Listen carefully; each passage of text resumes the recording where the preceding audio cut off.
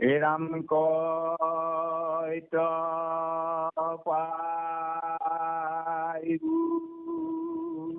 প্ৰাণ গোপাল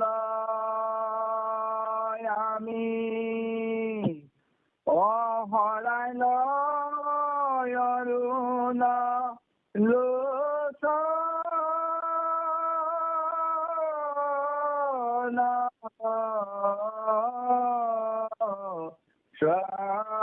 স্বামী ৰাম কৈত পাইবু প্ৰাণ গোপাল আমি অহৰাই লয় অৰুণ লোচন স্বামী।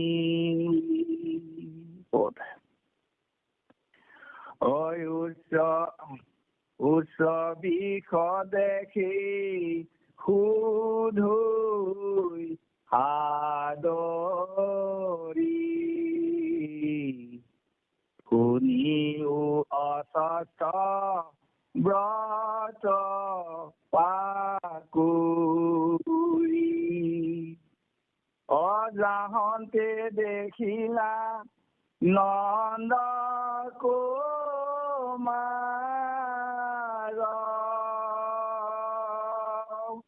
অনেত চুৰি কৰি সীতা আমাৰ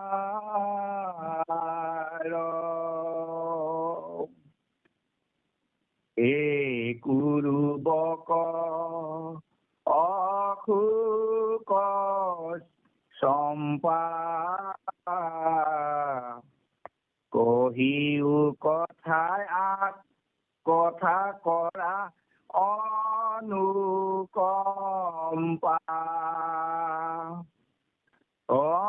ৰাম মানি নিৰদৰ্প কৰিয়া চুৰ যাহন্তে কৃষ্ণ জান্ত কত দূৰ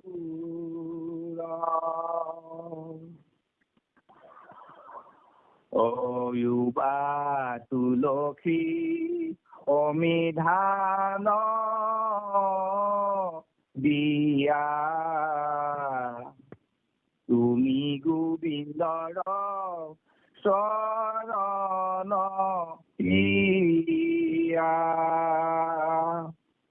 অজাহন্তে দেখিলা নন্দ কুমাৰ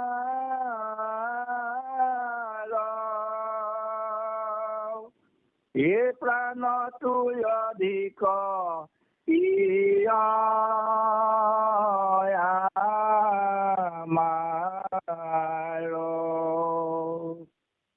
ৰাগ ক্ৰীড়া আৰু এই ৰাগ ক্ৰীড়া ভগৱন্ত কৃষ্ণ কেনেকৈ ধৰণৰ গোপীসকলৰ লগত কৰিছিল তাৰে আজি আমাৰ পঞ্চধাৰ ভোজনে আপোনালোকক পঞ্চম কীৰ্তন পাঠ কৰাই শ্ৰৱণ দিয়াইছে। ইয়াত গোপীসকলে কৈছে যে কৈত্য পাইব প্ৰাণ গোপাল আমি কৰাইল অৰুণ লোচন স্বামী। বাটাসকল ৰাগ হৈছে জীৱ আৰু ঈশ্বৰৰ বিশুদ্ধ প্ৰেম আৰু সেই ভাগে হৈছে ৰাগ। ৰাগ শব্দৰ অৰ্থ সম্পূৰ্ণ ভগৱন্তকে কোৱা হয়। ই ৰসৰ বাহক এই ৰাগ আৰু এই তত্ত্বটো ব্ৰহ্ম হৃদয়ৰ পৰা জীৱ হৃদয়লৈ কেনেকৈ ভক্তি প্ৰভাসমান হয় আৰু জীৱই কেনেকৈ প্ৰভু ভগৱন্তক প্ৰেমৰ যোগেদি আনন্দ ব্ৰহ্মক উপলব্ধি কৰিব পাৰে, এই তত্ত্বটোকে ৰাগ অধ্যায় 5টা অধ্যায় মহাভাগৱতত আছে। মহাভাগৱতত এই 5টা অধ্যায়কে ভাগৱতৰ প্ৰাণ বুলি কৈছে, মানে হৃদয় বুলি কোৱা হৈছে। আৰু এই মহাভাগৱতৰ এই 5টা অধ্যায় অতি গুৰুত্বপূৰ্ণ অধ্যায়। যেনেকে ভাগীৰথীক যেনেকে গংগা মানে মত্যলোকলৈ অনাৰ দৰে পৰমাত্মাৰ প্ৰেম ভক্তিটো ভগৱন্ত কৃষ্ণই এই পৃথিৱীত সমস্ত জীৱ জগতক কল্যাণৰ হেতু প্ৰেম ভক্তিৰ যোগেদি জীৱ কল্যাণৰ হেতু ভগৱন্ত কৃপা কৰিছে। আৰু এইটো হৈছে ভগৱন্তৰ অশেষ কৰোণা আৰু অশেষ কৃপা এটা মহান মিলন হৈছে ৰাস। গতিকে মহাগুৰু গুৰুজনাই এই ৰাসৰ বিষয়ে আকৌ কৈছে যে এই ৰাস লীলাটো হৈছে কাম জয়। কাম জয় মানে হৈছে যি কাম মৰ্দন বা কাম জয়। আৰু এই কাম জয় কৰাৰ পিছত জীৱই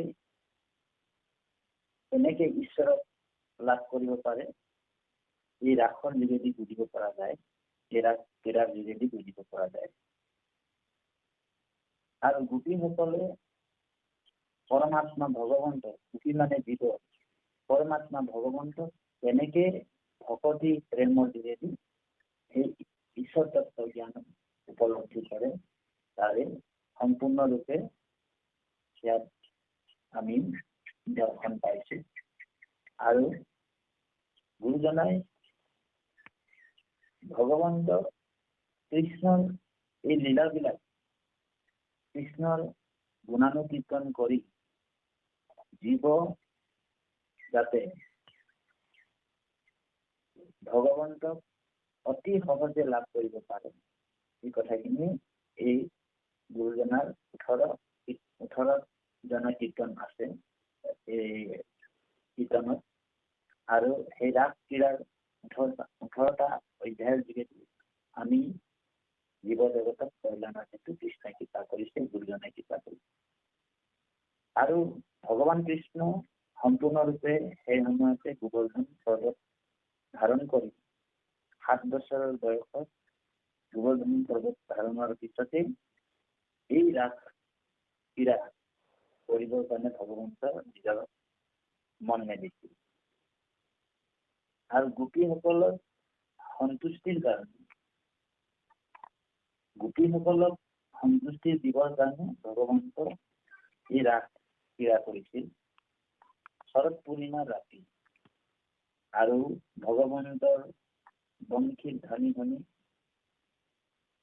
শৰৎ পূৰ্ণিমা ৰাতি বংশীৰ ধ্বনি শুনি গোপীসকলে উত্তাৱলা হৈছিল। আৰু সেই পূৰ্ণিমাৰ ৰাতি যি ভাগি বংশী ভগৱন্ত কৃষ্ণ অধৰা অমৃতত বজাইছিল, সেই বংশীৰ ধ্বনিটো এই ব্ৰজধামৰ বৃন্দাবনৰ অনেক গোপী আছিল, কিন্তু আজি শৰৎ পূৰ্ণিমা ৰাতি যি ভাগ বংশী ভগৱন্ত বজাইছিল, কেৱল মাত্ৰ ভগৱন্ত যিসকল গোপী প্ৰিয়তম হিচাপে পাবলৈ বিচাৰিছিল, সেইসকল গোপীহে আজিৰ বংশীৰ ধ্বনি কৰ্ণত তেওঁলোকে শুনা পাইছিল। আৰু সেই বংশীৰ ধ্বনি শুনি উত্তাৱলা হৈ গোপীসকল নিজৰ স্বামীক ত্যাগ কৰি, তাৰমানে আচলতে শাৰীৰিকভাৱে নহয়, ভগৱন্তৰ যেতিয়া লগ পাবলৈ বিচাৰিছিল গোপীসকলে 12টামান বজা ৰাতি, সেই ৰাত্ৰি কালতে যেতিয়া গোপীসকলে নিজৰ স্বামীসকলক নোপোৱাকৈ ঘৰৰ পৰা ওলাই যাব বিচাৰিছিল, তেতিয়াই কি কৰিলে, তেওঁলোকৰ স্বামীসকলে গোপীসকলক মানে ধৰি লৈ আনিলে। আনি ইমান ৰাতি অকলে সেই গোপীসকলে যে ভগৱন্তক বৰদানে গৈ আছিল। স্বামীসকলৰ মন যে এইসকল নিশ্চয় কিবা এটা বিজুতি ঘটিছে, তেওঁলোকৰ কিবা এটা মানে বেমাৰ লাগিছে নিচিনাকৈ গোপীসকলক ধৰি লৈ আনিলে আৰু নিজৰ নিজৰ কোঠালিত বন্ধ কৰি দিলে, তলা লগাই দিলে। বন্ধ কৰি দিয়াৰ পিছত কৃষ্ণৰ বংশীৰ নাট শুনি তেওঁলোকে কৃষ্ণৰ কথা, কৃষ্ণক পোৱাৰ যিটো বিৰহ, সেই বিৰহতেই মানে গোপীসকলৰ পাপ বিলাক নষ্ট হৈ গৈছিল। কৃষ্ণৰ বিৰহত গোপীসকলৰ পাপ নষ্ট হৈছিল আৰু কৃষ্ণৰ কথা প্ৰেম ভাৱেৰে আনন্দ ভাৱেৰে স্মৰণ কৰাৰ লগে লগে গোপীসকলৰ পুণ্যটো নষ্ট হৈ গৈছিল। গতিকে পাপ আৰু পুণ্য উভয় নষ্ট হৈ যোৱাৰ লগে লগে এই জীৱতত্ব গৈ পৰমাত্মাৰ লগত যমুনাৰ তীৰত আত্মাস্বৰূপে ভগৱন্তৰ লগত ৰাস ক্ৰীড়া কৰিছিল। কিন্তু শাৰীৰিক ভাৱে কোনো পালে ভাগৱততে বৰ্ণনা আছে, একেবাৰে শেষত এইটো ভাঙনি কৰিছে গুৰুজনে ভাগৱতত, যে গোপীসকলে শাৰীৰিক ভাৱে ভগৱন্তৰ লগত ৰাস ক্ৰীড়া কৰা নাছিল। আত্মতত্ব যোগেদি আমি এইখিনি কথাটো বুজিব লাগিব, জানিব লাগিব। সেইকাৰণে গোপীসকল সেই বিৰহটো বিৰহ ইয়াতে মহাপুৰুষ গুৰুজনাই ফুটাই থৈছে যে কৈত্য পাইব প্ৰাণ গোপাল আমি হৰাইব অৰুণ লোচনৰ স্বামী, যে আমি ভগৱন্তক পৰমাত্মাক ক'ত পাম লগ, সেইবুলি ঢাকুৰি ঢাকুৰি দিয়া ঢাকুৰি কান্দিছো আৰু বেদনাত মুখত তেওঁলোকে ভাঙি পৰিছে আৰু উচ্চ দীৰ্ঘ দেখি হৃদয় সাদৰি শুনিও অস্বস্থ বদতা কৰি। কাৰণ এই অতব্য অৰণ্যৰ ভিতৰত উচ্চ দীৰ্ঘটোৱে হৈছে অস্বস্থ, অস্বস্থ মানে আহতগ্ৰস্ত। আৰু এই আহতগ্ৰস্তক প্ৰথমে বুজিছে, যিহেতু তুমি আটাইতকৈ ওখ, আটাইতকৈ দীঘল আৰু আটাইতকৈ ডাঙৰ প্ৰকাণ্ড গছ, আৰু তুমি বহু দূৰলৈকে তোমাৰ হয়তো নিৰীক্ষণ কৰিব পৰা মানে নিৰীক্ষণ কৰা তোমাৰ মানে যি নিৰীক্ষণ কৰিব পৰা ক্ষমতাটো তোমাৰ আছে। গতিকে প্ৰথমে অস্বস্থ গছজোপাত সুধিছে যে যাহন্তে দেখিলা নন্দ কুমাৰ নেন্ত চুৰি কৰি চিত্ত আমাৰ। তাৰমানে নেন্ত চুৰি কৰি চিত্ত আমাৰ মানে গোপীসকলৰ চিত্তটো ভগৱন্ত লৈ গুচিব।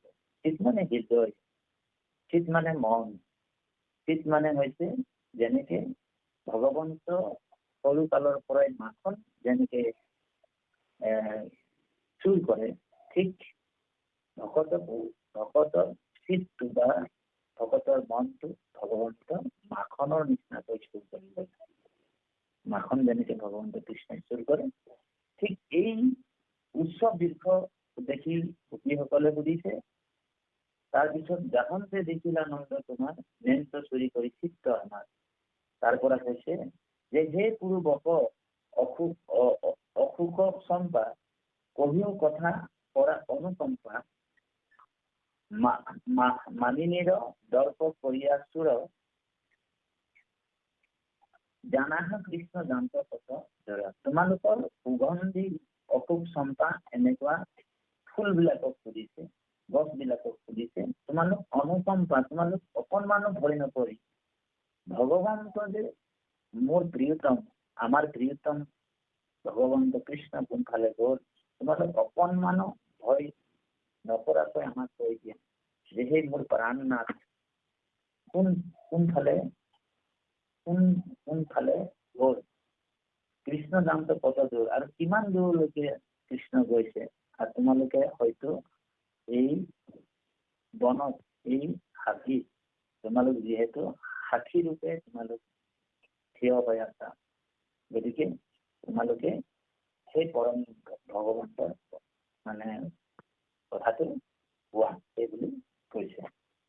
তাৰপিছত উবা তুলসী সুবিধান দিয়া। এতিয়া তুলসী সুধিছে, তুমি গোবিন্দৰ চৰণৰ প্ৰিয়া, ভগৱন্তৰ চৰণ কমলত তুলসীৰ ঘান। তুলসী সদায় ভগৱন্তৰ চৰণ কমলতেই থাকে। আৰু চৰণৰ তুলসী হৈছে ভগৱন্তৰ চৰণৰ আৰু কি কৈছে চৰণৰ ক্ৰিয়া। আৰু তুমি সদায় ভগৱন্তৰ চৰণতে তুমি থাকা। যাখন যে দেখিলা নন্দ কুমাৰ প্ৰাণতে অধিক প্ৰিয় আমাৰ। গতিকে এই প্ৰাণ প্ৰিয়তম ভগৱন্তৰ তোমালোক দেখিলা এইবুলি এই তুলসীকো কয়। গতিকে কৃপালু বাপাই সমস্ত ইয়াত এটা দৰ্শন আছে যে যিদিনাখন শৰৎ পূৰ্ণিমা ৰাতি ভগৱন্তৰ বংশী বাজিছিল, বংশীটো বজাইছিল ভগৱানে, সেই বংশীৰ নাদ শুনি গোপীসকলৰ মানে যি হৃদয়ত যিটো উত্তাৱলা হৈ আছিল পৰমাত্মা ভগৱন্তক দৰ্শন পাবৰ কাৰণে, ভগৱন্তৰ অকল গোপীসকলে নহয়, শৰৎ পূৰ্ণিমাত যিটো বংশী বজাইছিল, যিসকল ভগৱন্তক স্বামী ৰূপে বিচাৰে, আমি জীৱবিলাক ভগৱন্তৰ আমি এজন এজন জীৱবিলাক ভগৱন্তৰ আমি জীৱবিলাক হৈছে দাস বা ভিত্ত। কিন্তু আজি আমি ঈশ্বৰে আমাৰ ধৰি লওক পিতা, ঈশ্বৰে আমাৰ মাতা, ঈশ্বৰে আমাৰ প্ৰিয়তম। ঈশ্বৰক আপুনি যি ভাৱেৰে ভক্তি কৰে সেই ভাৱেৰে ভগৱানক আপোনাক কৃপা কৰিব। এই দৰ্শনটো ইয়াত দেখুৱাইছে। আৰু এই বংশী ভগৱন্ত কৃষ্ণৰ বংশী স্বয়ং মহাদেৱ হয়। বংশী এইটো পুৰাণত আছে। এই যে বংশী ভগৱন্ত কৃষ্ণই এই যে কলি যুগত এই দ্বাপৰ যুগত অৱতাৰ হওঁতে কেৱল বংশীটোৱে অস্ত্ৰ হিচাপে লৈ আহিছে ভগৱানে। বাকী অস্ত্ৰ ভগৱন্তই লৈছে সময় যুদ্ধ বিগ্ৰহৰ কাৰণে, কিন্তু এই বংশীটোৱে হৈছে ভগৱন্তৰ মূল অস্ত্ৰ হিচাপে লৈ আনিছিল। আৰু এই বংশীটো এবাৰ ভগৱন্তক বংশী কি হয়, সেই বংশীটো হৈছে ভগৱন্তৰ পৰম বৈষ্ণৱ মহাদেৱ। এই বংশীটোৰ নাম হৈছে মহানন্দ। আৰু এই বংশীটোৰ আৰু এটা নাম আছে সম্মোহিনী। আৰু এই বংশী স্বৰূপে মানে জন্ম লবলৈ অৱতাৰ লবৰ কাৰণে মহাদেৱে ভগৱন্তক মানে তপস্যা কৰিছিল।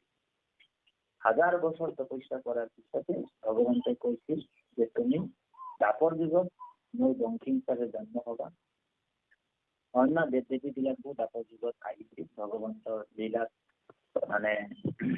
লীলাৰ কাৰণে।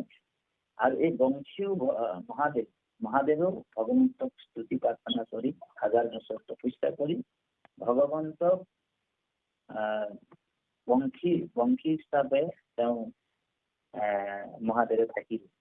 আৰু সেই মহানন্দ এবাৰ মহাদেৱে স্তুতি কৰোঁতে কৈছে, প্ৰভু আপোনাৰ মই বংশী হিচাপে থাকিম, গতিকে আপুনি মোক কৃপা কৰিব লাগিব। এতিয়া ভগৱন্তই কৈছে তুমি বংশী যদি মোৰ হবা তেনেহলে তুমি বাঁহ গছত জন্ম ল'ব লাগিব। শিৱই কৈছে মই তোমাৰ কাৰণে বাঁহ গছত জন্ম হম।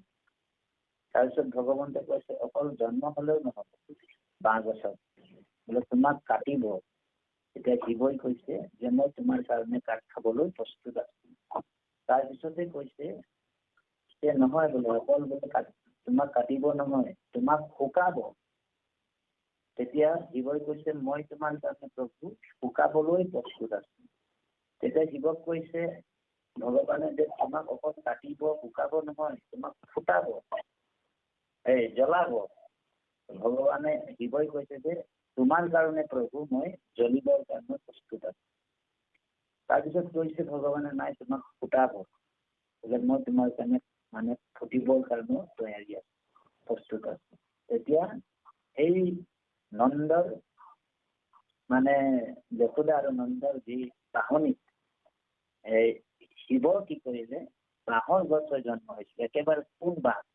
আৰু সেই ভগৱন্তক যেতিয়া এজন বাঁহী মানে বেপাৰী আহিছিল, মানে বাঁহী বিলাবৰ কাৰণে, বাঁহী বিক্ৰী কৰিবৰ কাৰণে, তেতিয়া কৃষ্ণই সেই বাঁহীৰ সুৰটো শুনি কৃষ্ণই দৌৰি গৈছিল আৰু বাঁহী বিচাৰিব। নন্দই ভগৱন্তক বাঁহী দিছে, সেই বাঁহী বাদকৰ বাঁহী বেপাৰীজনৰ পৰা এটা এটা বাঁহী দিছে, তেতিয়া ভগৱন্তই সেই বাঁহীবিলাকক নালাগে বুলি কৈছে।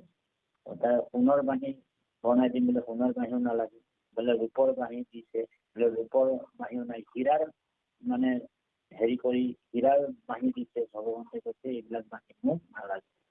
তাৰপিছত এই চাণ্ডিল্য মুনি নামৰ এজন মুনিয়ে আহি যেতিয়া ক'লে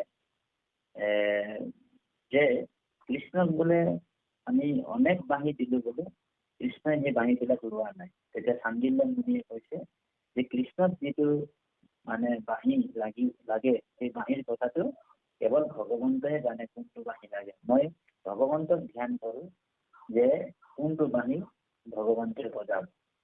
এতিয়া চাণ্ডিল্য মুনি ধ্যান কৰি গম পালে যে ইতিমধ্যে নন্দ আৰু যশোদাৰ বাহনিত এটা চিধা পোন বাঁহ আছে, আৰু সেই পোন বাঁহটোৱে বহুত দিনৰ পৰা আছে, কিন্তু নন্দ আৰু যশোদাই এই বাঁহটো কাটিব নিদিয়ে, কাৰণ সেই বাঁহটোৱে হৈছে মহাদেৱ। আৰু সেই মহাদেৱক মানে স্তুতি নুতি প্ৰাৰ্থনা কৰি, এইটো পুৰাণৰ কাহিনী, তাৰ পৰা তাই সেই বাঁহটো কাটি সেই বাঁহীটো বনাইছিল আৰু ভগৱন্তক অৰ্পণ কৰিছিল। আৰু বাঁহীটো ভগৱন্তই যেতিয়া অধাৰ অমৃতত ৰাখিল, নিজে নিজে বাঁহীটো বাজিছিল। মানে যি ভগৱন্তক হেৰি কৰে তেনেকুৱা ধৰণৰ বাঁহীটো বাজে। সেইকাৰণে এই বাঁহীটোৰ নাট যেতিয়া ভগৱন্তই সেই বাঁহী বজাইছিল, তেতিয়া পাথৰতো জীৱন হৈ পায়, মানে পাথৰ ভাগো পাথৰ ফুটি তাৰ পৰা গজালি ওলায়, আৰু নদ নদীবিলাক সেই বাঁহীৰ মাত শুনি মানে ববলৈ থমকি ৰয়, মানে নদীও ববলৈ বন্ধ কৰি দিয়ে। আৰু নদীবিলাক যদি বৈ আহে একফালে, তেনেহলে উভতি ববলৈ আৰম্ভ কৰে। এইখিনি কথা ভাগৱতত আছে, বৰ সুন্দৰভাৱে গুৰুজনাই পদবন্ধ কৰিছে যে এ ৰাম স্থাৱৰ জংগম ভৈল, এ জংগমৰ স্থাৱৰ তিনু অভূত ইছু গীত গোবিন্দৰ, জড় নদী হব গুণী গোবিন্দৰ গীত, উলটিব হোয়া বিমোহিত চিত, ৰাস ক্ৰিয়া কৰিতে কৃষ্ণৰ ভৈলা মন, শৰত কালৰ ৰাতি আতি বিচুপন। অনেক এই ৰাস ক্ৰীড়াৰ যোগেদি ভগৱন্তই যোগমায়াক আদেশ কৰিছিল, সেই যোগমায়া মই যে ৰাস ক্ৰীড়া কৰিম, তুমি কিন্তু সম্পূৰ্ণৰূপে মোক সহায় কৰিব লাগিব। যোগমায়া ভগৱন্তৰে মানে সৃষ্টি, আৰু যোগমায়াক তেওঁ আজ্ঞা কৰিছে যে শৰৎ পূৰ্ণিমা ৰাতি কিন্তু তুমি একেবাৰে এনেকুৱা ধৰণৰ এটা পৰিৱেশৰ সৃষ্টি কৰিব লাগিব, য'ত মানে সূৰ্য আৰু চন্দ্ৰ যে এই সংসাৰত আছে, সূৰ্য আৰু চন্দ্ৰ এই সংসাৰত আছে, এই কথাটো যাতে অনুভৱেই কৰিব নোৱাৰে। ইমানে পৰিষ্কাৰ, ইমানে সুন্দৰ পৰিৱেশ, আৰু ইমান দিন পাৰ হৈ যোৱাৰ মানে দিন পাৰ হৈ গ'ল এই গোপীসকলেও নাজানে। সেইকাৰণে ভাগৱতত বৰ সুন্দৰ এটা দৰ্শনত আছে এইখিনি কথা, যে গমেই নাপালে যে দিন ৰাতি কেতিয়া হৈছে, আৰু চন্দ্ৰক ক'লে তুমি একেটা জেগাতে তুমি ৰৈ থাকিব লাগে, সূৰ্যকো ক'লে তুমি আৰু আজি এই দুদিনমান তোমাৰ মানে ওলাব নোৱাৰিবা। তাৰমানে এই মানে ভগৱন্তৰ মানে গোটেই জগতৰ ঈশ্বৰ কৈছে, আৰু ভগৱন্তৰ ইচ্ছাতে গোটেই সৃষ্টি স্থিতি অন্ত হয়। চন্দ্ৰ সূৰ্য বায়ু বৰণ যেনেকে গীতাত কৈছে, ময়া দক্ষিণী প্ৰকৃতি সূৰ্যত সচৰাচৰ, মোৰ অবিহনে এটা গছৰ পাতো নলগে।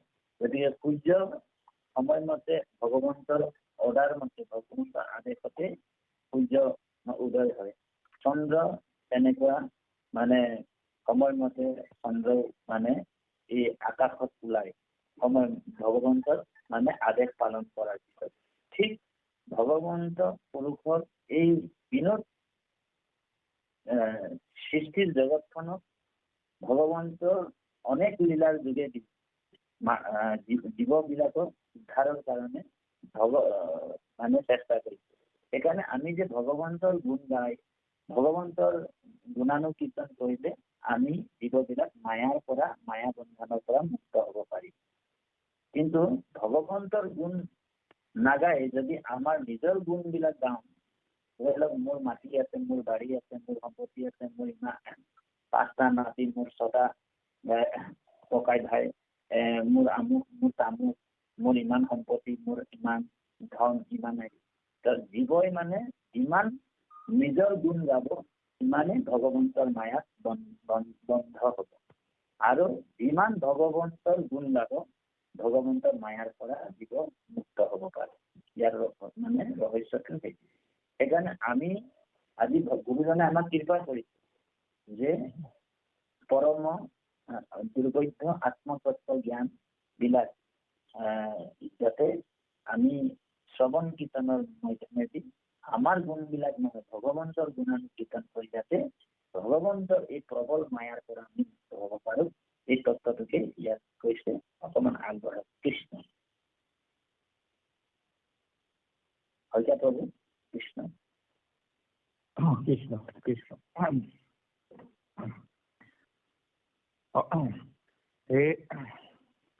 হে জয় জ্যোতি সখী মালতী, অকৃষ্ণ পৰখে কি লভিলা গতি, অসমস্তে গোপীৰ জীৱন ধন,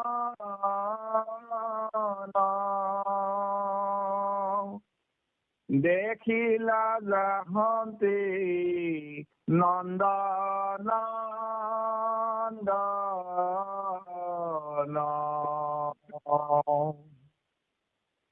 হিয়াম যাম বেল বকুল, নাহি উপকাৰী তোমাৰ তুল, কৃষ্ণৰ বিৰহে দেখো আন্ধাৰ,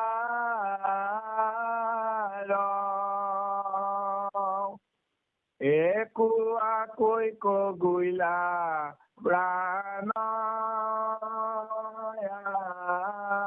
আমাৰ,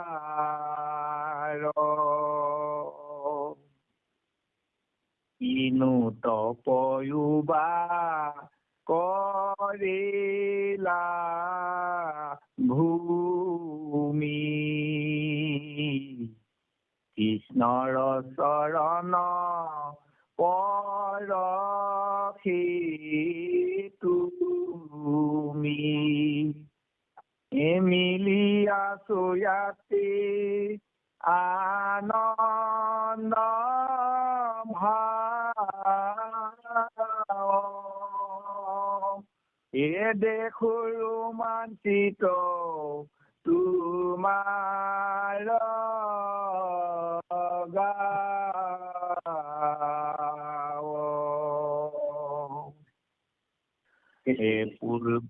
কৃষ্ণ কৃষ্ণ কৃষ্ণ কৃষ্ণ। ইয়াতে গোপীসকলে ফুলবিলাকক সুধিছে যে হে যায় হে জুথি সখী মালতী, কৃষ্ণ পৰখে কি লভিলা গতি, সমস্তে গোপীৰ জীৱন ধাম দেখিলা যাহন্তে নন্দনন্দন। সকলো এই বনৰ ফুলবিলাকক সুধিছে যে তোমালোক ভগৱন্তৰ যিহেতু সদায় তোমালোকে লগ পাই থাকা, গতিকে তোমালোক আমাৰ পৰম ধন, পৃথিৱীৰ ধন, আমাৰ জীৱন দেখিলা যাহন্তে নন্দনন্দন, আৰু সেই নন্দনন্দনত তোমালোক লগ পাইছিলা বা দেখিছিলা নেকি বুলি এই ফুলবিলাককো সুধিছে। আৰু এটা কথা দাতাসকল, যেতিয়া ভগৱন্তৰ প্ৰেমত যেতিয়া ভক্তি যেতিয়া একেবাৰে চৰম পৰ্যায়ত থাকে, তেতিয়া গছ গছনি তৰুলতা তৃণ সকলোতে ব্ৰহ্মময় দেখে। এইটো এটা ৰহস্য। সেইকাৰণে কৈছে যত দেখা চৰাচৰ হৰিময় নিৰন্তৰ হৰিগুণে নাহিছে পৃথক, বিজন ভকতিহীন হিদেশে হৰিক ভিন্ন হৰিৰ মায়াহে তাকো। আৰু এই পৰম তত্ত্বটো উপলব্ধি কৰিবৰ কাৰণে গুৰুজনে এই ৰাগ অধ্যায় ৰাগ ক্ৰীড়াটো আমালৈ দিছে। আৰু কামুকজনে কিন্তু ইয়াক শ্ৰৱণ কীৰ্তনৰ যোগেদি এটা বেলেগ মানে তেওঁৰ মনত ভাৱনা উদয় হয়। কামুক সকলে যেতিয়া ৰাগ অধ্যায়টো পঢ়িব, কিন্তু গুৰুজনাৰ মতে এইটো কাম জয় কৰিবৰ কাৰণে, কামক বিজয় পাবৰ কাৰণে এই ৰাগ অধ্যায়টো আমাৰ মনুষ্য জাতিক জীৱক কৃপা কৰিবৰ কাৰণে আহিছে। সেইকাৰণে কৈছে যে ইটো ৰাখো ক্ৰীড়া কেলি নামে কাম জয়, কৰিলা ভিতৰ পদে কৃষ্ণ কৃপাময়। মহাপুৰুষ গুৰুজনাই পদবন্ধে কৈছে যে ইটো ৰাস ক্ৰীড়া কেলি নামে কাম জয়, কৰিলা ভিতৰ পদে কৃষ্ণ কৃপাময়। এ ৰাম আক পুনৈ ঘনৈ যিটো জন অবিশ্ৰাম, বাঢ়িবে ভকতি আদি জিনিবে কাম। আৰু লগে লগে ভগৱন্তৰ প্ৰতি প্ৰেম, হৰিৰ মন কৃষ্ণময় হৈ যাব।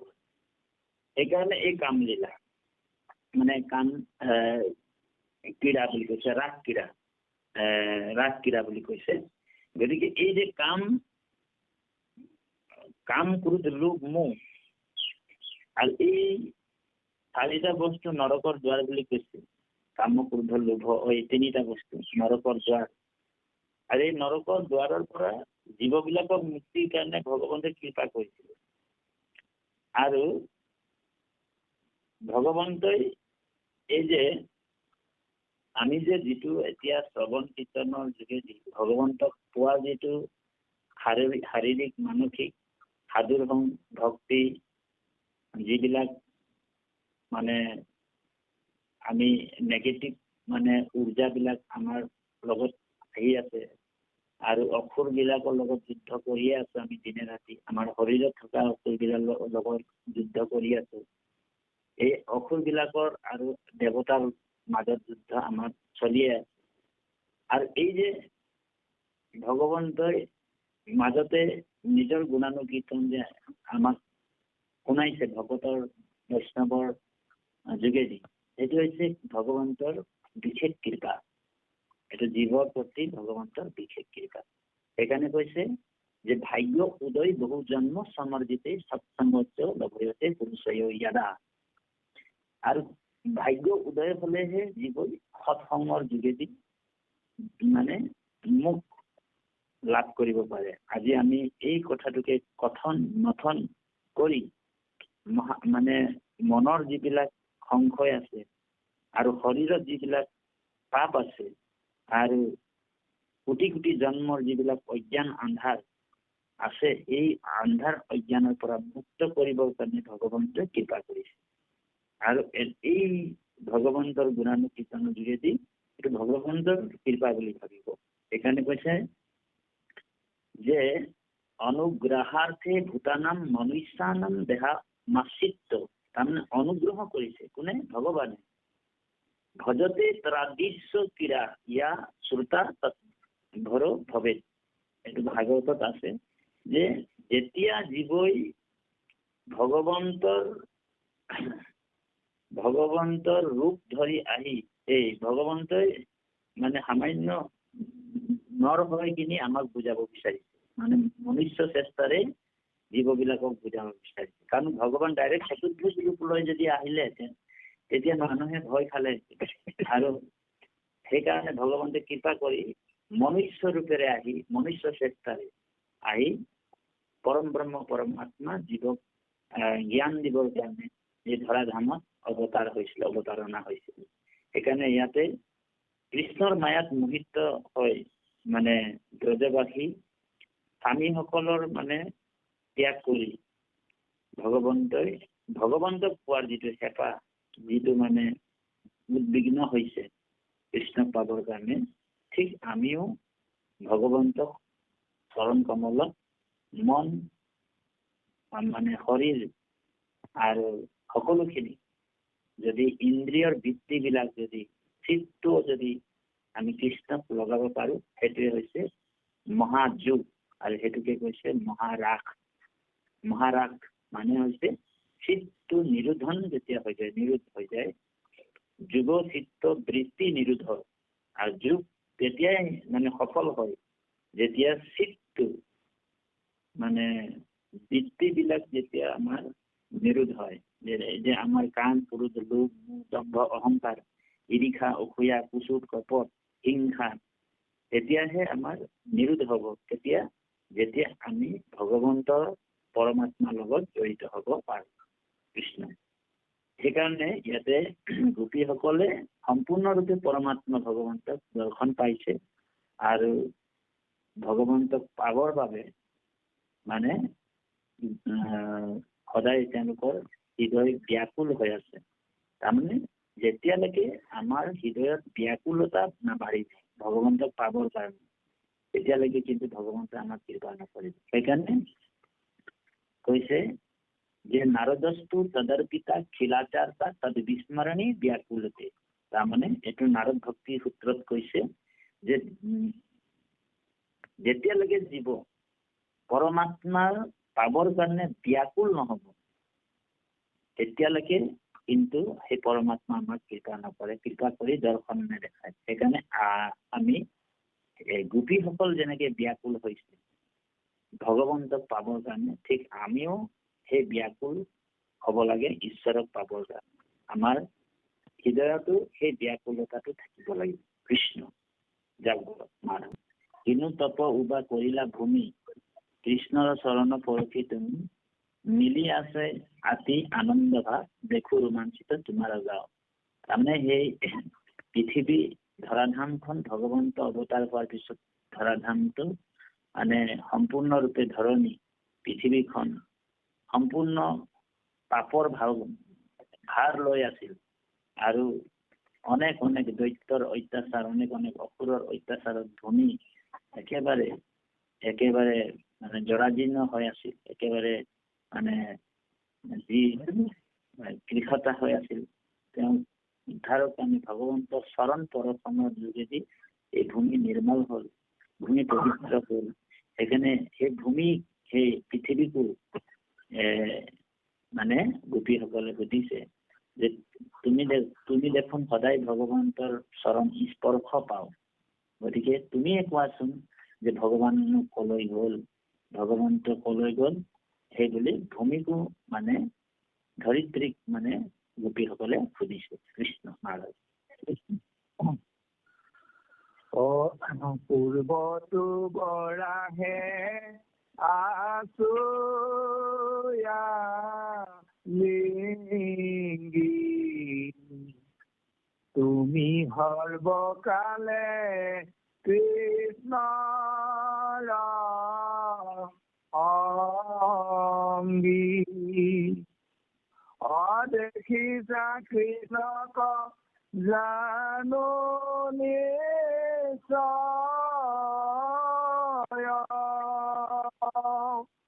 কহিয়া মাত হুয়া সদয়,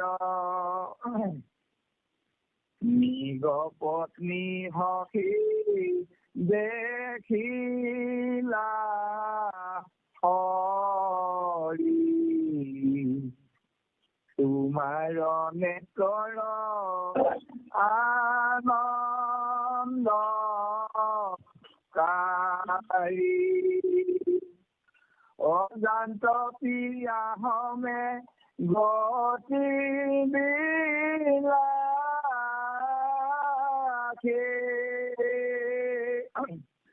হেৰ কন্দু গন্ধ কুকুম বাহে, কতু গোপী বুলৈ শুনি বাণী লতা কৃষ্ণৰ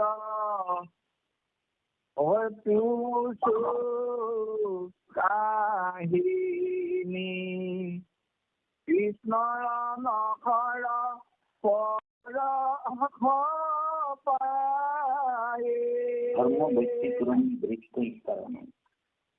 দেখো পুলকিত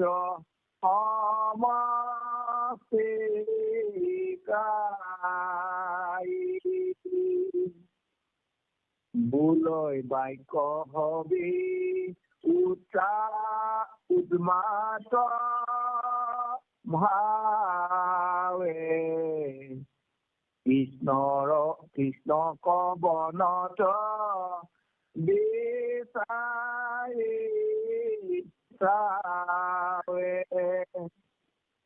কৃষ্ণ গুণ গান্তে প্ৰেময়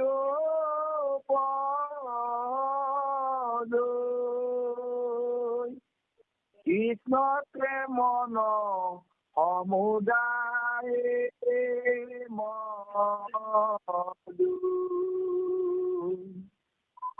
সমস্তে বিবল গোপিনী কৰৈ কৃষ্ণ লীলা কতু আপুনি কৃষ্ণৰ কিংকৰে শংকৰে মনে বোলা হৰি হৰি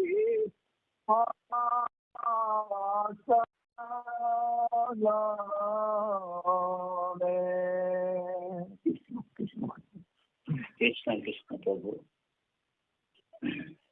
যাতে পদবন্ধে কৈছে যে পূৰ্বটো বৰাহে আচৈ আলিংগী তুমি সৰ্বকালে কৃষ্ণৰ সংগী দেখিছা কৃষ্ণক জানো নিশ্চয় কহিও আমাক শুয়া সদয়।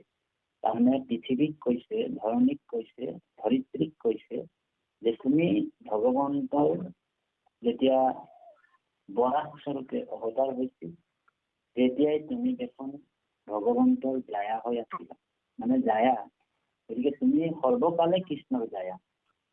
গতিকে তুমি ভগৱন্তৰ চৰণ সদায় মানে স্পৰ্শ কৰি থাকা, তুমি সদায় ভগৱন্তৰ চৰণ দুখানি মানে চিন্তা কৰা। গতিকে তুমি ভগৱন্তৰ পৰম সংগী। গতিকে প্ৰভু ভগৱন্তক তুমি দেখিছা নেকি সেই বুলি পৃথিৱীক বা ধৰণী বা ভূমিক কৈছে। মৃগ পত্নী সখী দেখিলা হৰি তোমাৰ নেত্ৰৰ আনন্দকাৰী জান্ত প্ৰিয়া হমে গতি বিলাস এৰ কুণ্ড গন্ধ কুমকুম বাসে। আৰু সমস্ত জগতক যোনে বহি যাৰ মুখমণ্ডলত অনেক জ্যোতিৰে জ্যোতিস্মান হৈ থকা সেই মুখমণ্ডল দৰ্শন পাই তৰু তীৰ্ণ লতা গছ গছনি নদ নদী জীৱ জন্তু বিলাক মোহিত হৈ এক স্থানত ৰৈ যায়। সেই পৰমানন্দ পৰমাত্মা ভগৱন্তক মানে ধৰিত্ৰীক সুধিছে আৰু ফুল বিলাকক সুধিছে আৰু লতা বিলাকক সুধিছে যে কৃষ্ণক তোমালোক আমাৰ প্ৰভু ভগৱন্তক তোমালোক দেখিছা নেকি? কত গোপী বোলৰ শুনিও বাণী লতাটো কৃষ্ণৰ পোছা কাহিনী কৃষ্ণৰ নখৰ পৰশ পায় দেখো পুলকিত সমস্তে গায়।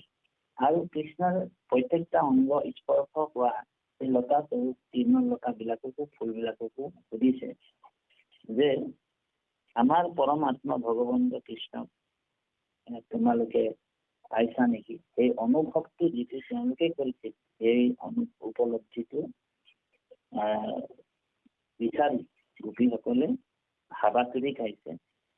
বোলৈ বাক্য হবে উন্মত্ত ভাৱে কৃষ্ণক মনতে বিচাৰি চাবে কৃষ্ণ গুণ গানতে প্ৰেম উপজয় কৃষ্ণতে মন সমুদায় মজয়।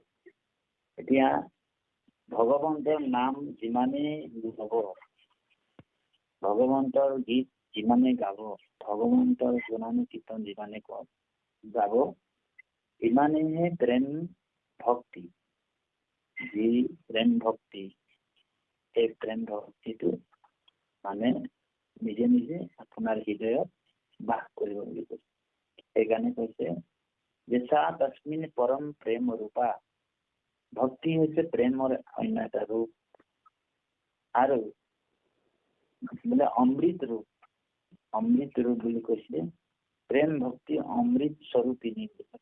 সেইকাৰণে প্ৰেমে দ্ৰৱই চিতয়াতি গদ গদ বাণী, কতো হাঁসৈ কতো কান্দৈ লাগ, কতো হাঁসৈ কতো কান্দৈ মুখ প্ৰিয় মানি। সেইটো উদ্ধৱক কৈছিলে কৃষ্ণই, যে গোপীসকলে ভগৱন্তক মানে স্মৰণ কৰি নিজে নিজে চকুলো আহে। আমাৰ এতিয়া ভকত সমস্ত আপোনাৰ মহামহন্ত সকলৰ কেতিয়াবা চাব, গুৰু গৃহত যেতিয়া আপোনালোক সেৱা কৰিবলৈ সোমায়, প্ৰাৰ্থনা কৰিবলৈ সোমায়, স্তুতি কৰিবলৈ সোমায়, তেতিয়া ধৰাখনত যেতিয়াই বহে নিজে নিজে চকুলো আহে আৰু ভগৱন্তক স্মৰণ কৰাৰ লগত নিজে নিজে চকু পানী আহে।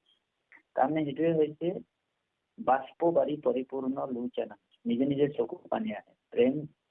সেইকাৰণে কৈছো উদ্ধৱক, বাক গদগদা দৰ্গতে ঐশ্বচিতম ৰুদত্তে ভীষণম হাসিত্য কচিত্য বিলয়ও যে উদ্গাৱতে নৃত্যতস্য মত ভক্ত যুক্ত ভুৱনম পুনঃ। একাদশ খণ্ড ভাগৱতত এই তত্ত্বটো আছে যে প্ৰেমে দ্ৰৱই চিতয়াতি গদ গদ বাণী, কতো হাঁসৈ কতো কান্দৈ মুখ প্ৰিয় মানি, লাজ এৰি গাৱৈ গীত নাচৈ আনন্দত, জগত পবিত্ৰ কৰে সেয়ে মুখত। আৰু সেই গোপীসকলে জগত পবিত্ৰ কৰিব পাৰে, মানে এই গোপীসকলৰ যোগেদি জগতখন পবিত্ৰ হৈছে। সেইকাৰণে সেই গোপীসকলৰ কথাটো মহাপুৰুষ গুৰুজনে 18জনা কীৰ্তনৰ যোগেদি গোপীসকলেনো কেনেকৈ ভগৱন্তক ভক্তি কৰিছিল, অনাক্ষৰিক গোপীসকল। সেইকাৰণে এই অনাক্ষৰিক এটা আখৰো তেওঁলোক চিনি পোৱা নাছিলে, তেওঁলোক বেদ অধ্যয়ন কৰা নাছিলে, না কোনো শাস্ত্ৰ পঢ়িছিল। তথাপিও কৃষ্ণক কেনেকে দৰ্শন পালে, কৃষ্ণক পৰম ব্ৰহ্ম পৰমাত্মা কেনেকে লাভ কৰিলে, পৰমাত্মা ভগৱন্তৰ প্ৰেম কেনেকে জিনিব পাৰিলে, ভগৱন্তে কিয় ইমান তেওঁলোকৰ প্ৰতি মানে আকৰ্ষিত হল, ভগৱন্ত স্বয়ং জগতৰ ঈশ্বৰ পৰমাত্মা ভগৱন্তে কিয় ইমান কৃপা কৰিলে তেওঁলোকক গোপীসকলক, এটা আমি দৰ্শনৰ বিষয় এইটো। গতিকে এই কথাটোকে শুকমুনিৰ আগত ৰজা পৰীক্ষিতে প্ৰশ্ন কৰিছিল যে ভগৱন্তৰ এইটো ধৰ্মটো মই বিপৰীত দেখিছো, যে ধৰ্ম বৈতিক্ৰম দৃষ্ট ঈশ্বৰানাম চ সাহসম তেজিস্বয়াম ন দুষয় বহনে সৰ্বভুজ যথা। এইটো দশম স্কন্ধৰ 33 অধ্যায় 30 নম্বৰ শ্লোকত কৈছে যে এইটো কি বিপৰীত ধৰ্ম দেখিছো, যে পৰস্ত্ৰীৰ লগত এনেকুৱা ভগৱন্তক কিয় মানে ৰাগ ক্ৰীড়া কৰিছিল। এইটো এটা প্ৰশ্ন আহি গল ৰজা পৰীক্ষিতৰ। তেতিয়া সেই প্ৰশ্নৰ উত্তৰত ৰজা পৰীক্ষিতক শুকগুৰুৱে কৈছে, হে ৰামে তেজ চিত কিছু পাতে কোন পাৱে, আত কোন দুখ আছে, যেন সৰ্বভক্ষ বহ্নি তথাপিতো তাংক কোন জনে বাচে। তাৰমানে যেনেকে জুই কেঁচা আৰু পকা যেনেকে নাবাচে, ঠিক ভগৱন্ত মানে সৰ্বব্যাপ্ত অন্তৰ্যামী যি ব্ৰহ্ম, আৰু সেই ব্ৰহ্ম অন্তৰ্যামী ভগৱান কোনো দুখ আৰু কোনো গুণে তেওঁক চুব নোৱাৰে। সেইকাৰণে ৰজা পৰীক্ষিতৰ প্ৰশ্ন হৈছিল যে ভগৱান ধৰ্মৰ বক্তা, ভগৱন্ত ধৰ্মৰ ৰক্ষক আৰু আত্মকাম হৈও কিয় পৰস্ত্ৰী সম্ভোগৰ দৰে নিৰ্দিষ্ট কৰ্ম কৰিলে, সেইটো ৰজা পৰীক্ষিতৰ প্ৰশ্ন আছে। তেতিয়া শুকগুৰুৱে কৈছে যে ভগৱন্ত কৰ্তুম অকৰ্তুম, মানে ভগৱন্ত হৈছে সকলো জীৱ জগতক সকলোকে তেওঁ সৃষ্টি কৰিছে, আৰু তেওঁ এই জীৱ জগতক এটা এটা লীলাৰ যোগেদি দেখুৱাব বিচাৰিছে যে ভগৱন্ত। আৰু সেই সময়ত ভগৱন্তৰ সম্পূৰ্ণৰূপে 7 বছৰ বয়স, আৰু 7 বছৰৰ শিশুটোৰ কাম উত্তেজনা বা কিবা এনেকুৱা ধৰণৰ কথা নাহে। সেইকাৰণে এই কথাটোকে ৰজা পৰীক্ষিতক বুজাই দিছে যে যিটো অসমানি পৰম অজ্ঞানী হুয়া মহামূঢ়মতী কৰে পৰ দ্বাৰা গমন পাতক যাইবে সেইটো অধুগতি। আকৌ এই কথাটোকে যদি বহুত মানুহে অশ্লীল ভাৱেৰে লয়, আৰু কিবা এটা ভগৱন্ত কৃষ্ণই বোলে যদি ভাবি লয় যে ভগৱান কৃষ্ণই দেখোন 16,108 গৰাকী বিয়া পাতিছিলে, তো আপুনি মই যদি বা সেই কামুকজনে যদি 16,108 গৰাকী পত্নী বিয়া পাতিছিল কৃষ্ণই বুলি ভাবি বোলে নিজেও যদি বোলে 8 গৰাকীৰ যদি পত্নী বিয়া পাতি লয়, তেনেহলে ঔ হৰি ঔ ৰাম হৈ যাব, তাৰ 12 বাজি যাব। গতিকে এই কথাটোকে আমি ইয়াত কৈছো যে শিৱই যেতিয়া অকণমান শিৱই বোলে বিষ পান কৰিছিলে, ময়ো অকণমান বিষ খাই চাম বুলি ক'লে তেওঁৰ ঔ হৰি ঔ ৰাম হৈ যাব। গতিকে এই কৰ্তম অকৰ্তম, সেইকাৰণে ইয়াতে ভাগৱতত আছে দশমত বৰ সুন্দৰ দৰ্শন এইটো যে এ ৰাম ৰুদ্ৰে বিষ খাইলে তাক দেখি আতি, বিষ ভোকে যেন আনে তাৰ আউৰ যেন জীৱন নাহিখে, অৱশ্যে মৰিব প্ৰাণে। এ ৰাম সনাতন কৃষ্ণ পৰম পুৰুষ, যিটো জগতৰ ইখ, ইটো পৰদ্বাৰা গমন পাতেক, তাংক কৰিবে কিখ। তাৰমানে পৰম ব্ৰহ্ম পৰমাত্মা কোনো মায়া, কোনো দুখ, কোনো গুণ এইবিলাক চুবই নোৱাৰে। আৰু এই কথাটোকে ইয়াতে কৈছে উপগুৰুৱে যে এই ভগৱন্তৰ তুমি লীলাত কোনো ধৰণৰ তোমাৰ সংশয় থাকিব নালাগে। সম্পূৰ্ণৰূপে এই লীলাটো পঢ়া, লীলাটো গুণ গান গোৱা আৰু আনন্দ মনে শুনা, আৰু ইয়াক আনন্দ ভাৱে তুমি শুনি এই সমস্ত জগতৰ জীৱ আৰু ব্ৰহ্মৰ কেনেকে মিলন হয়, নিসমম গীতম তদম বৰ্ধনম বজ্ৰশ্ৰী কৃষ্ণ গৃহত মানস, যেনেকে গোপীসকলে মানে পৰমাত্মাক মানে লাভ কৰিবৰ কাৰণে যি প্ৰেম কৰিছিলে, সেই প্ৰেমটো তুমি কৰা। ৰজা পৰীক্ষিতক কৈছে যে তুমি যদি তোমাৰো যদি তেনেকুৱা ধৰণৰ প্ৰেম হৈ যায়, ভগৱন্তই কৈছে সেইজন ভগৱন্তই মানে সেইজন জীৱক নিজৰ বুলি আঁকোৱালি লয়। এই তত্ত্বটোকে ৰাস অধ্যায়ত কৈছে। আৰু ৰাসৰ কথাবিলাক মানে ইমান গভীৰ, মানে অনাদি কাললৈকেও কৈ থাকিলে মানে ৰাসৰ তত্ত্ব জ্ঞানটো মানে পাব নোৱাৰি। বা তাইসকল বৰ সুন্দৰ কথাবিলাক ইয়াতে মানে আছে। মহাপুৰুষ গুৰুসকলে আৰু মহাপুৰুষসকলে এটা মানে ইমান সুন্দৰ মানে হেৰিসকলে গোপীসকলে যাৰ মানে কাম বুদ্ধিৰে, কাম ভাৱনাৰে ভগৱন্তৰ ভক্তি কৰিছিল, কিন্তু ভগৱন্তই তেওঁলোকক কৃপা কেনেকে কৰিল। যাৰ মানে কাম ভাৱনাটো ভগৱন্তক যে লাভ কৰিব পাৰি, কাম ভাৱেৰে ভগৱন্তক ভজি যে কেনেকে ভক্তি ভগৱন্তৰ পৰা পাব পাৰি, সেইটো ইয়াত মানে দৰ্শন দেখাইছে গুৰুজনাই। গতিকে কৈছে যে কৃষ্ণ বনত বুলৈ বাক্য হবে উন্মত্ত ভাৱে, কৃষ্ণক বনত বিচাৰি চাবে, কৃষ্ণ গুণ গানতে প্ৰেম উপজে, কৃষ্ণতে মন সমুদায় মজে। আমাৰ মনটো, আমাৰ চিত্তটো যাতে ভগৱন্তক লাগি থাকে এই তত্ত্বটোকে আমি কাৰণ সমস্ত ভূততে যে ঈশ্বৰ বিদ্যমান আছে, গছ গছনি তৰুলতা সমস্ত জীৱৰ দেশত যে ঈশ্বৰ বিদ্যমান আছে, এই তত্ত্বটো আমি বুজিবৰ কাৰণে মহাপুৰুষ গুৰুসকলে, মহাপুৰুষ জগত গুৰু শ্ৰীমন্ত শংকৰদেৱে এই ৰাস ক্ৰীড়া অধ্যায়টো আমাৰ কাৰণে, আমাক পাৰিবৰ কাৰণে, আমি জীৱবিলাক মানে উদ্ধাৰ হবৰ কাৰণে এই ৰাস ক্ৰীড়া অধ্যায়টো আমাৰ কাৰণে গুৰুজনে যাতে কীৰ্তন শাস্ত্ৰত মানে ৰূপায়ণ কৰিছে। গুৰুজনাৰ এটা অনুবাদ্য সৃষ্টি, যিটো অধ্যায় ভাগৱতৰ প্ৰাণ বুলি কৈছে, হৃদয় বুলি কৈছে।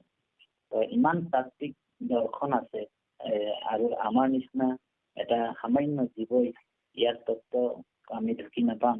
তথাপিও যিমানটো মানে আমি ঈশ্বৰ ভকতৰ সান্নিধ্যত থাকি যিখিনি কথা আমি গম পাইছিলো, সেইখিনি কথাই আপোনাসৱৰ মাজত প্ৰকাশ কৰা হৈছে।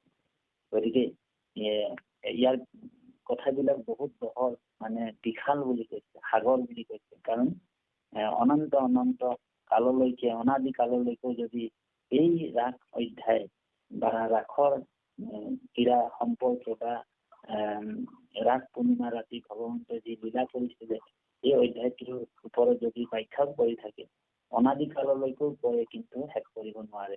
আমাৰ মানে এইটো নিজৰ মানে মত। কাৰণ ইমানে সুন্দৰ এটা এটা ভগৱন্তৰ এটা অধ্যায়।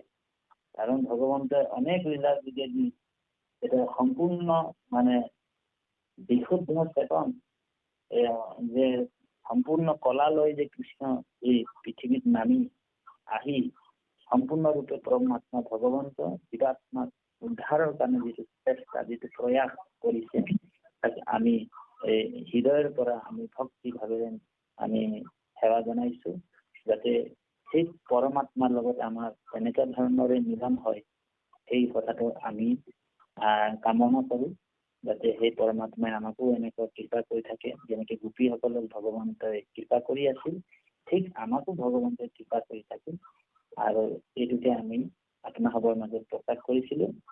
আৰু সময় চাগে হৈছে, গতিকে কৃপালু বাপাই সমস্ত আৰু যদি কেতিয়াবা কৃপা কৰে ভগৱন্তই তেতিয়া আমি আহিম আৰু শইকীয়াবাব কৃষ্ণ মাধৱ কৃষ্ণ কৃষ্ণ হয় হয় দোহাই দিয়ক আৰু কৃষ্ণ হয় কৃষ্ণ কৃষ্ণ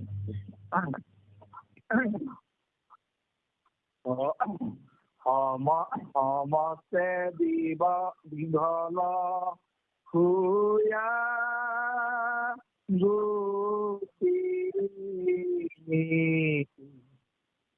হৰি কৃষ্ণ লীলা কতু আপুনি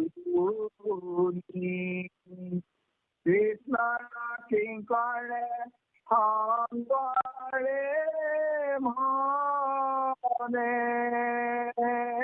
বোলা হৰি হৰি